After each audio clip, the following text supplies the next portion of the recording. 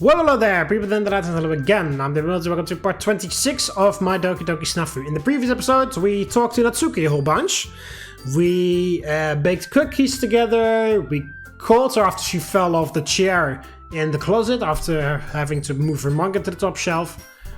And yeah, in general, we've increased the sociability, but we've lost appeal because that's how this mod works for some reason. So let's talk to Monika. Soon after approaching Monika, I met with an unusual sight. Instead of studying or flipping through a reference book, her eyes are instead fixated on the screen of her phone. Taking the day off from being an unwavering tryhard? If only. I'm actually going through and responding to a backlog of emails right now. With her phone? Do people typically use laptops for white-collar work like composing emails? And I'd normally be using one right now. But I stopped bringing mine to school early in this semester. Afraid of people discovering your secret homework folder? Nope, because my bag is usually too full to fit everything. Wait, why would my homework folder be kept secret? The genuine confusion of her face quickly puts me in an awkward position of, do I explain what this means or not? Let's see. I guess the best place to start would be asking, have you ever heard of internet porn? Never mind. This exasperated sigh is followed by Monika ignoring me in favor of her less aggravating business. Alright, well, we can meet with Monika during the weekend. Yeah, this doesn't matter because I've maxed everything out already. Let's walk with Sayori.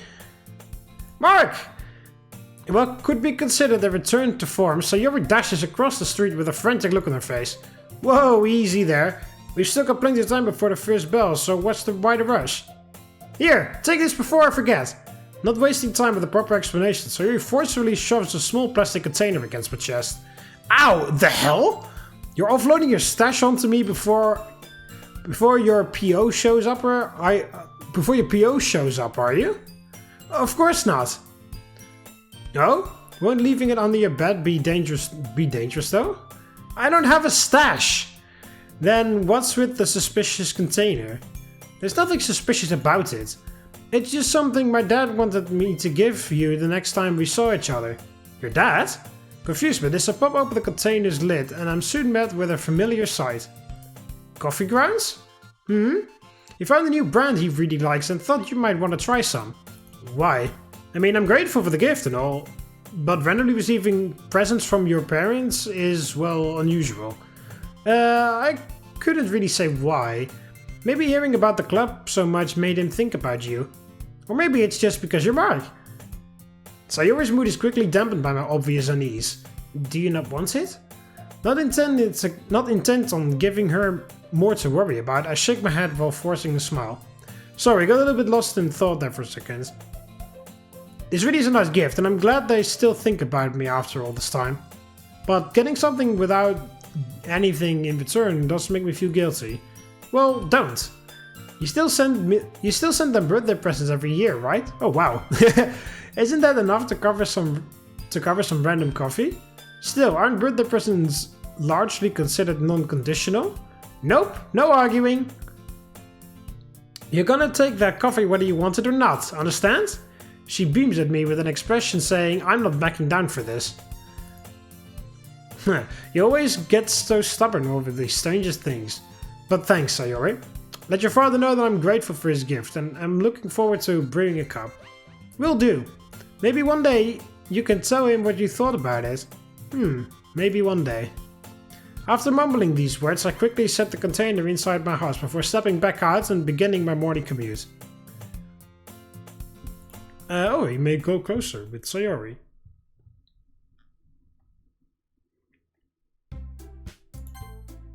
Alright. The bookstore? Sayori's head perks up as I mentioned visiting the local bookstore once the club meeting ends. Yeah, Monika said they carry a reference book she thinks will prove helpful in prepping for entrance exams. Finally decide to act on my advice, huh?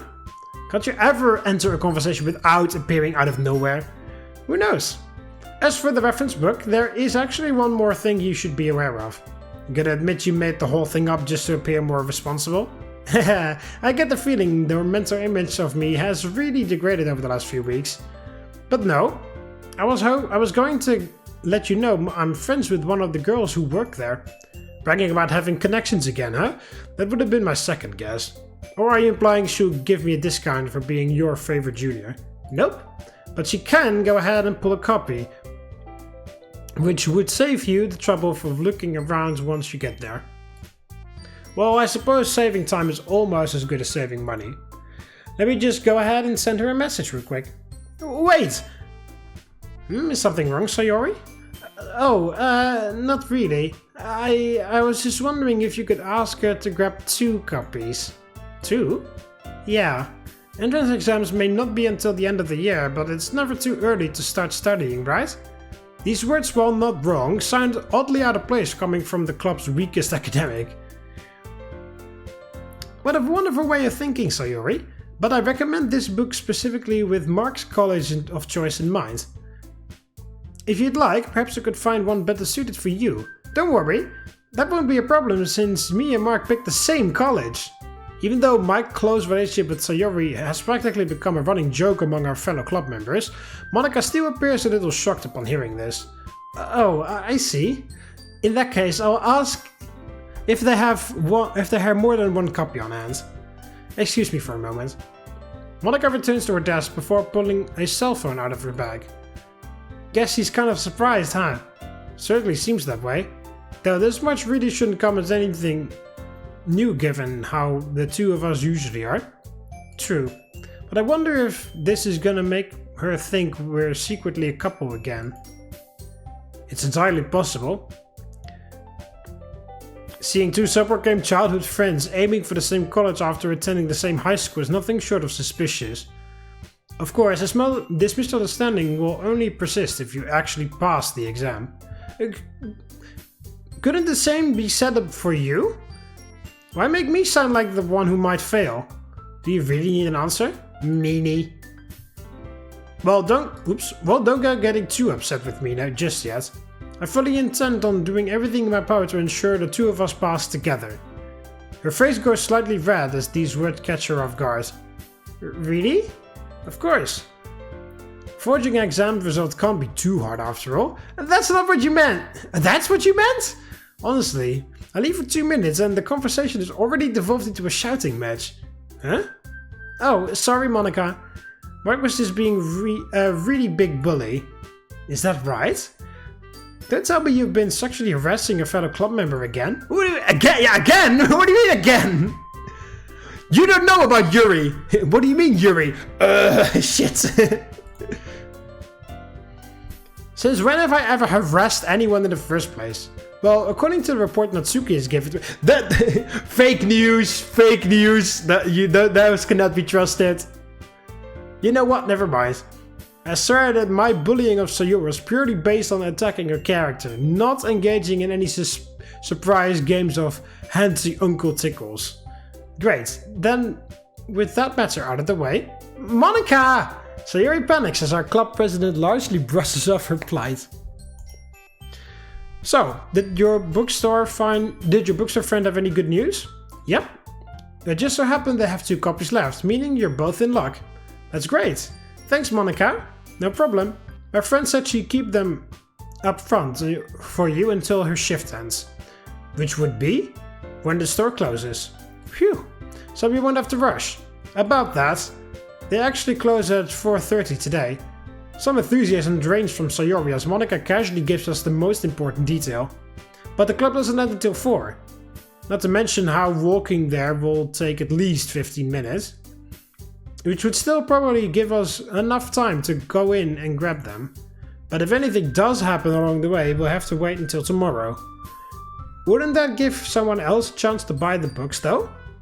Given our entrance exams are growing closer and the fact they've already sold out but 2 copies, the possibility exists. This is the first time I've seen Sayori disheartened over not being able to buy a book. What should we do, Mark? When the club ends, take my bag and walk home. I'll run to the bookstore and grab both copies for us. If you're just gonna run there, couldn't I still come with you? Well, no offense, Sayori, but you aren't exactly a speed demon. Rude. As fun as watching the two of you flirt is, might I add my 2 cents? Got a better idea? Better than letting you run into traffic? Of course. In fact, the solution is so simple. I'm surprised neither of you has thought of it. Simple? You want us to break in and steal the books once the place is closed? Of course not. Here's a hint. Who determines when the club meeting ends? Oh, I know! The president! Correct! Now then, who is the president of the literature club? Monika! Another excellent answer. With those 2 things in mind, can you guess as to what my solution might be? Instead of breaking in after hours, you want to come with us now and rob the place in broad daylight. Just go, okay? The 2 of you have my permission to leave early. Mark! What did you do to Monika? Why does she sound so defeated? According to all the first-hand testimonies I've received over the years, it would appear that being around me can be somewhat exhausting. So you're at least aware of the effect? She lets out another sigh before looking up at us with her usual class star smile. Mark's debilitating personality aside,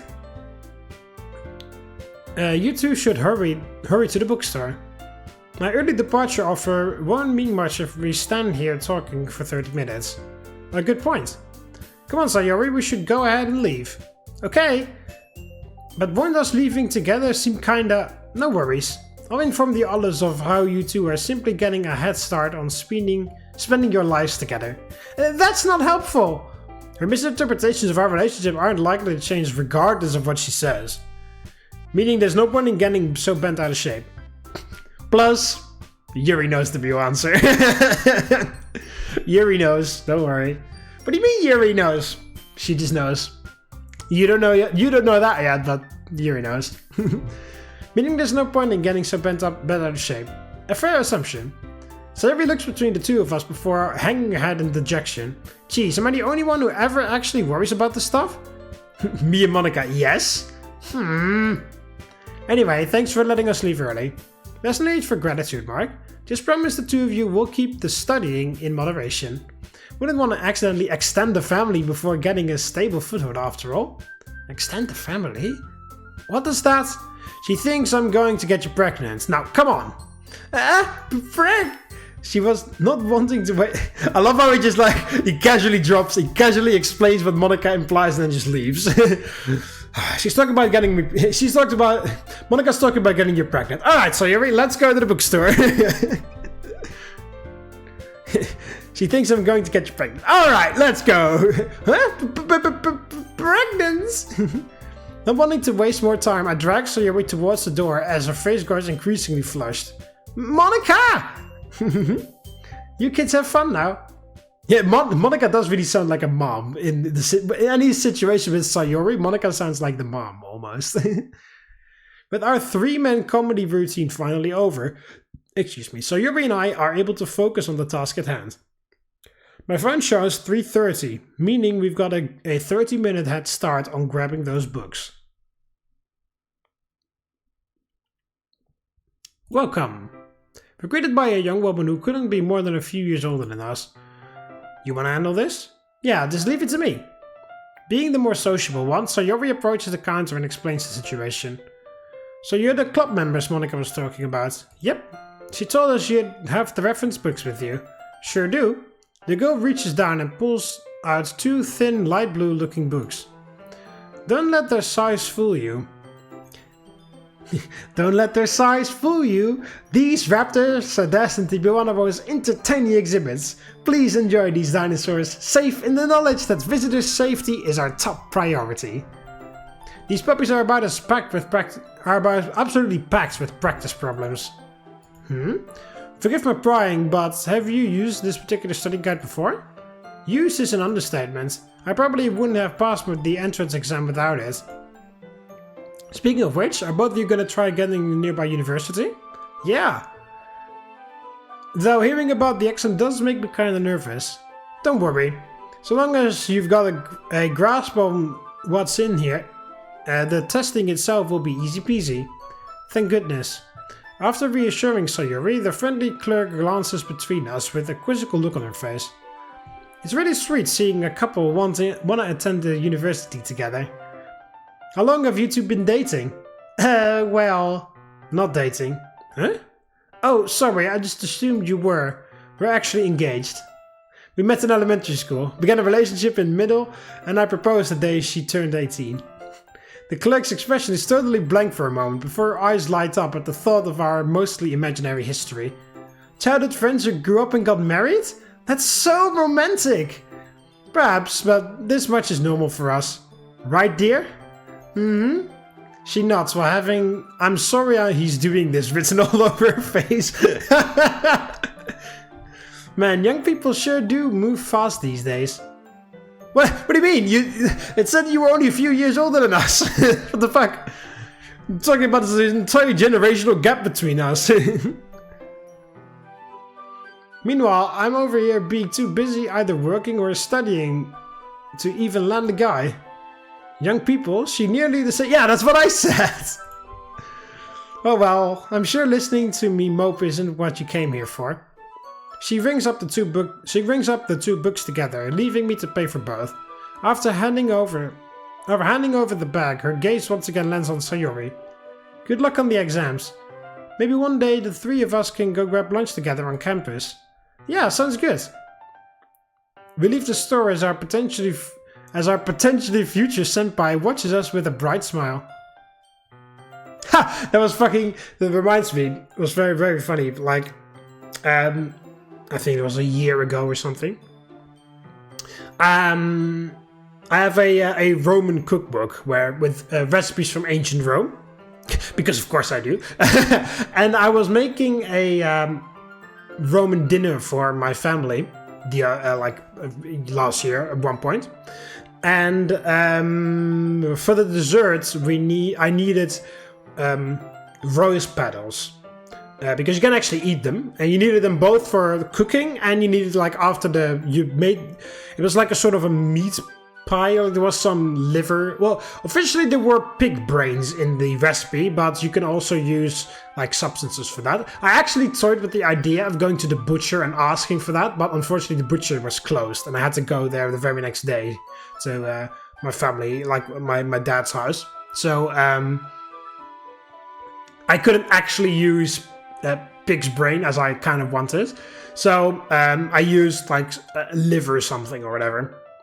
Can't remember exactly what it was, but there was in the recipe itself. They made a modern version of it, and I was like, yeah, you can use what was actually in the Roman recipe, but if you are uncomfortable using pig brains, you can also use this other meat thing, which has the same texture and roughly the same taste. And you won't taste the difference. So I was like, alright, fuck it, I'll do that. So, but at the end result was sort of like a meat pie sort of thing, and you had to use rose petals and like rose water or something throughout the meat pie, like while making it, and then after you're done, you needed to sprinkle actual like raw rose petals on top of the thing, preferably pink, because it kind of like matched with the pig brains. Although I do believe they're grey, but whatever. And I didn't have rose petals. Well, yeah, I had dried ones, but those were required for the actual thing. But you needed fresh ones for the dressing, essentially. And I was like, oh fuck, I don't have that. So right before, like the day before, or the day off or something, I went to the supermarket. Local supermarkets always sell bouquets of flowers and shit. So I was like, oh fuck it, I'll just quickly run to the supermarket and buy a bouquet of roses. And then I'll have that settled for me, you know? And then I could also come over to my dad, like, hey, bouquet of roses for you, Dad. So I went there, and I just like, fuck it, you know? Like last minute, I was like, oh yeah, I'll just jump into the supermarket and grab that shit. So I walked in. Remember that it preferably needed to be pink roses, so I I was looking for a bouquet of pink roses, found one, went to the counter, I was like, hey, I would like to buy these. And there was a girl behind the counter. She's like, alright, so she was ringing me up and everything. And then she handed them over to me, And she like, I paid them. It's like, all right, thank you very much. Like, and she's like, yeah. And she had a humongous bright smile on her face. Like, good luck. And sort of like she didn't actually wink, but like almost winked at me, like with a very bright smile. Like, she's like, good luck. And and I'm like, thanks. And I just walked, and I was like, yeah, thank you. I walked back. And as I'm walking back, I'm like, how did she know I was going to cook something? And then I was like, no, hang on. No, of course, she thought I was buying this for my girlfriend that I don't have. But she didn't know that, of course. She just thought I had a girlfriend that was buying these for her. Or something like that. Which was very funny. Like, at the time, I was like, how did she know I was cooking something? Because I didn't tell her that. It's like, no, that's not what she was thinking. She thought that I had a girlfriend and I was buying these for my girlfriend that I don't have. So it was very funny. It was like, oh, okay. It kind of reminds me of this. It was like, oh, you're a couple? Like, kind of reminds me of like, oh, you're buying those for your girlfriend? Like, no, I'm going to cook something. So yeah, kind of funny. During the walk home, Sayori grows increasingly unimpressed by my usual antics. Long are you gonna keep saying stuff like that? I mean, what if she actually does invite us to lunch one day? What are we gonna tell her? You got an amicable divorce and decided to remain friends? Mark, I'm serious. Are you asking me to stop altogether then? Well, I don't know. Constantly getting mistaken for a couple does get old, and replying with weird stuff is funny sometimes. But could you at least hold back on people like her? Someone whom we might actually see again? Given how being called my girlfriend or fiancé usually leaves Sayori in a panicked or flustered state, I'm rather surprised to see her speaking out. No, I guess I'm the only one who still hasn't grown up. You're absolutely right. Huh? Sorry for making you go along with all my stupid jokes, Sayori. Wait, do you really don't have to apologize? I was just thinking that... She goes quiet as my hand begins resting on her head. Having to constantly explain my terrible sense of humor will only ever make your life harder, right? Not to mention how difficult finding an actual boyfriend is gonna be if everyone thinks you're already engaged. Well... You and that clerk will end up running an old cat lady condo together if I'm not careful. Hey, she seemed really fun. Then what about you? Willing to put up with fur and the smell of ammonia all day by yourself? I'm aware Sayori's feelings towards me are complex, which is part of the reason why I asked that we maintain some distance during regular school hours. The goal was for her to grow less dependent on me by expanding the friendship she has with her classmates. Joining the club seemed like a decent compromise, but, perhaps my involvement really is gonna end up harming her in the long run. Is everything alright, Mark? You seem kinda upset. Why did you choose the same university as me? Huh? What do you mean? The place isn't easy to get into by any means. Even the clerk told us she probably would have failed the entrance exam without this reference book. So I'm wondering if you genuinely wanted to push yourself for the sake of receiving a higher education, or simply wished for the two of us to remain close over the next 4 years. Your expression darkens as my question apparently strikes a nerve. Why are you asking this now? I mean, you didn't say anything about it when I first told you. Because I was just glad you had decided to pursue a degree, regardless of the reason. But now, when I think about you making such a big decision because of me, well, my words fail me for a moment before the idea I'm trying to express finally comes to mind. Your happiness is more important to me than anyone else's. Well, Yuri, but let's not mind the details. Which is why you should be able to pursue that happiness without having to worry about how I'm getting along. But still, being around you is what makes you happy, right? Thank you, Sayori. I feel the same way and likely always will. But college life and life in general go way beyond just me. You never know when you might meet someone else who makes you feel that way. Someone who can properly reciprocate your feelings. Reciprocate my feelings? Her eyes grow wide. Then you... I love you, Sayori, I really do. But not in the same way you love me. No. I mean, it's true, but oh god. Is this because I'm on the Yuri route that I'm already on this route here? It's kind of interesting that that happens like that. The silence following these words feels like an eternity that ends with tears, when tears begin running down Sayori's cheeks. The debt I owe for everything you've done for me, for teaching me the value of being alive, it's far greater than I could ever hope to repay. Which is why, at the very least, I want you to live a fulfilled life. A life free from worrying about how our relationship will turn out. But if you love me and want me to be happy, then why? You truly are the most precious person in the world to me. Which is why I'm sorry you fell in love with a worthless brat who is only capable of disappointing.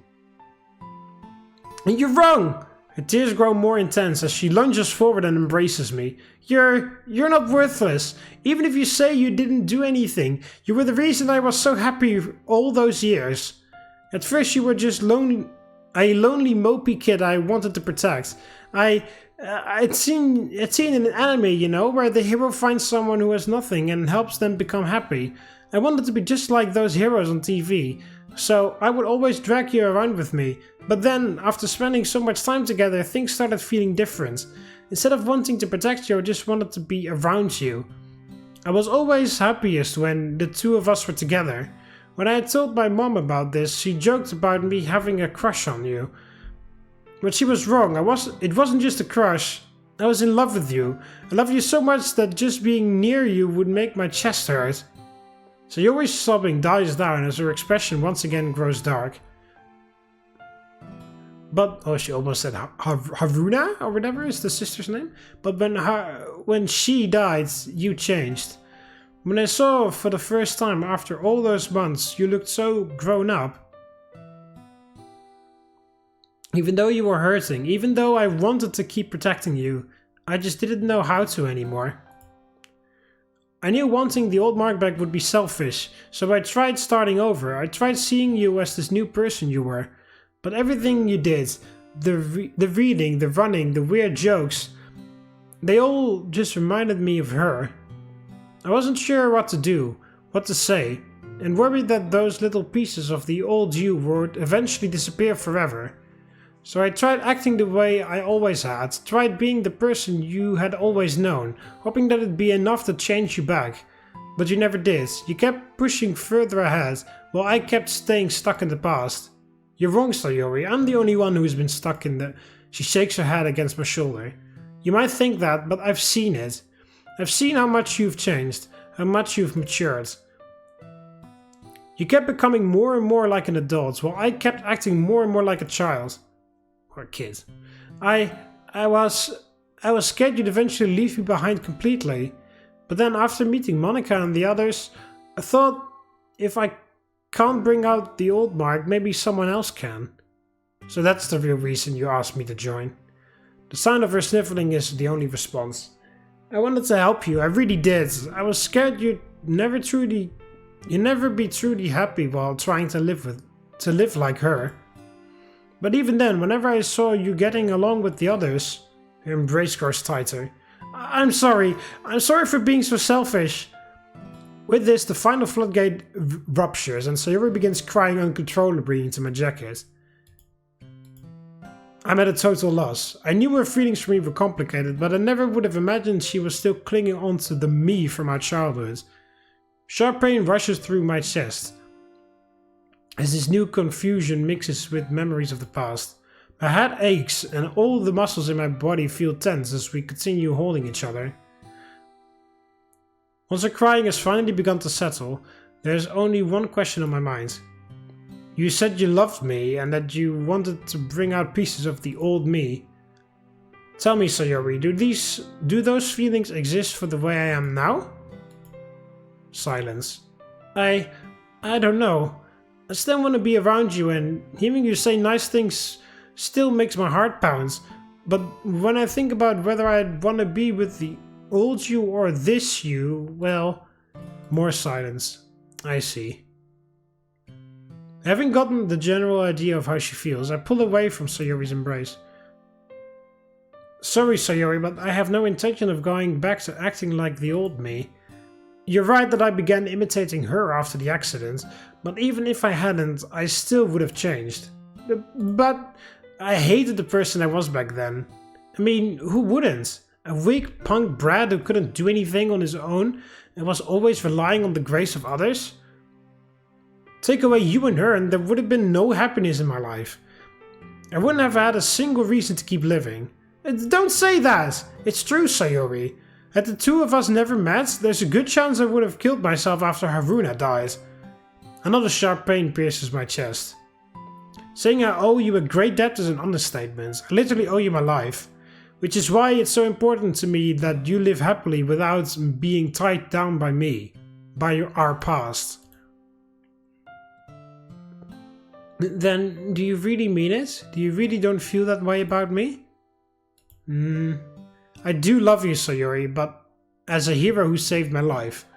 Not as someone I'd want to form a romantic relationship with. I see. Her eyes are red and puffy as she dejectedly stares at the concrete beneath us. I need some time alone. Are you okay? She shakes her head. See you later, Mark. Reference book hanging closely from her hands, Sayori makes her way onto the opposite sidewalk before continuing home. An unfamiliar numbness fills me as I watch her leave. I've been dreading the day we'd have this conversation for the better part of 2 years, and this is exactly why. While I do believe it was inevitable, I'll still never forgive myself if this drives a permanent wedge between our friendship. Knowing that standing here moping won't solve anything, I drag my feet towards my own house while trying not to drown in a sea of worry.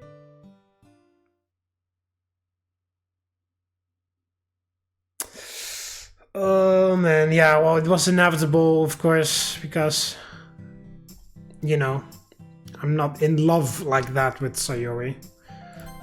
And because our appeal is, it's less than before, but you know. Now Monika's is on 11 all of a sudden. Natsuki's downgraded to 3.